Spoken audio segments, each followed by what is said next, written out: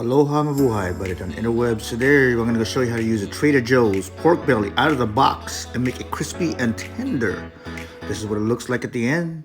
Again, a pork belly from Trader Joe's is about a 15-minute cook, 350 on 12 minutes, and then 450 on 3. Aloha mabuhay, but on the interwebs today I'm going to show you how to use or how to reheat the Trader Joe's fully cooked pork barbecue or pork belly.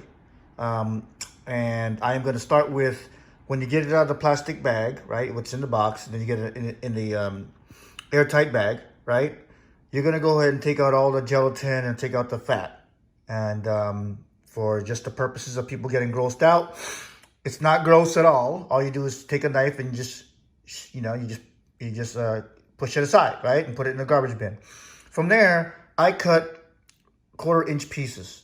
And I've already, this is for one of these boxes, you could probably get about 8 of these 1/4-inch pieces, all right? Which from this point on, I am going to go show you how to cook it in an air fryer, which is actually pretty cool. Total time cooking is 15 minutes, 350 at 12 minutes with a 6-minute turnover.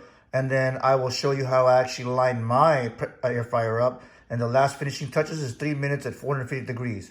So let's move to the next. Here's one of my tips.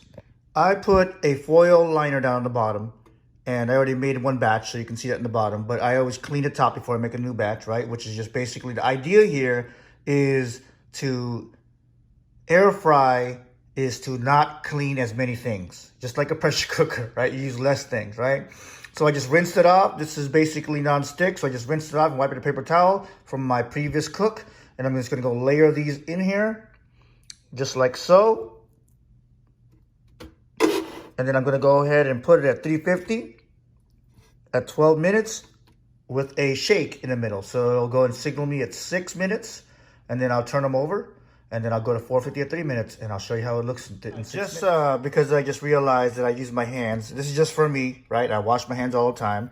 I think you've seen it in my videos. But, all right, so this is my pressure cooker. So I'm going to go and turn it on. And everybody's pressure cooker, read your manual. I'm going to go 350. I'm going to go 12 minutes. I'm going to do shake, which is going to let me turn it over. Give me a warning to turn over in 6 minutes. And I will show you. It looks like in 6 minutes. All right, we got our 6-minute timer for shake.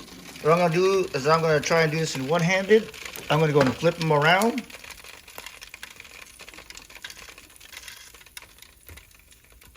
Right? This is why you want a 1/4 inch, is so you can still get that nice and juicy pork, but we're going to go ahead and make sure it's nice and crispy as well. Right? Goes back in, resume.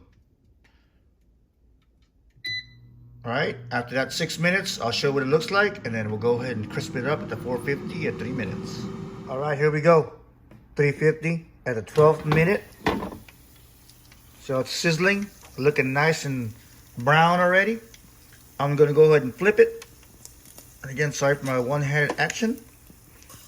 I just moved, so we have to work with what we got. Can't find my lights and stuff like that. All right, take it, flip it around, and now we're gonna go and put it back in, and we're gonna go 450, 3 minutes, and we're gonna let it cook. Show you in 3 minutes. Here we are, 3 minutes at 450, and this is the result. We'll go ahead and let it, I'm going to go ahead and put on a plate, and I'm going to go ahead and put paper towels on it. I'm going to dampen it, and I'll show you that right now. This is what I do. I go ahead and take it out, put it on this paper towel that's on this plate. Again, sorry about it. It's one-handed. It's not as clean as I want it. Need my tripods and my lights. Take it, and I just dampen it out. You see I'm trying to take out as much oil as I can, and it dripped on the bottom. That's what I'm talking about. It drips all the way to the bottom. So yes, I will have to go ahead and rinse this non-stick on top, but at least there's not oil on the bottom, and it saves me half the time. So next shot is I'll cut them up. Here we go. Total time cooking, 15 minutes. pretty, it's prescriptive. The reason I did that is because of the fact that I didn't see anybody give a direct guideline or recipe on how to reheat these. And I'm just gonna take one of these right here, and the idea is crispy and it's tender. And let's taste.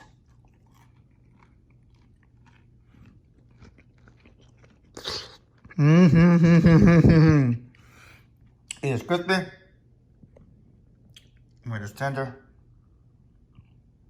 And this is what you want. Boom.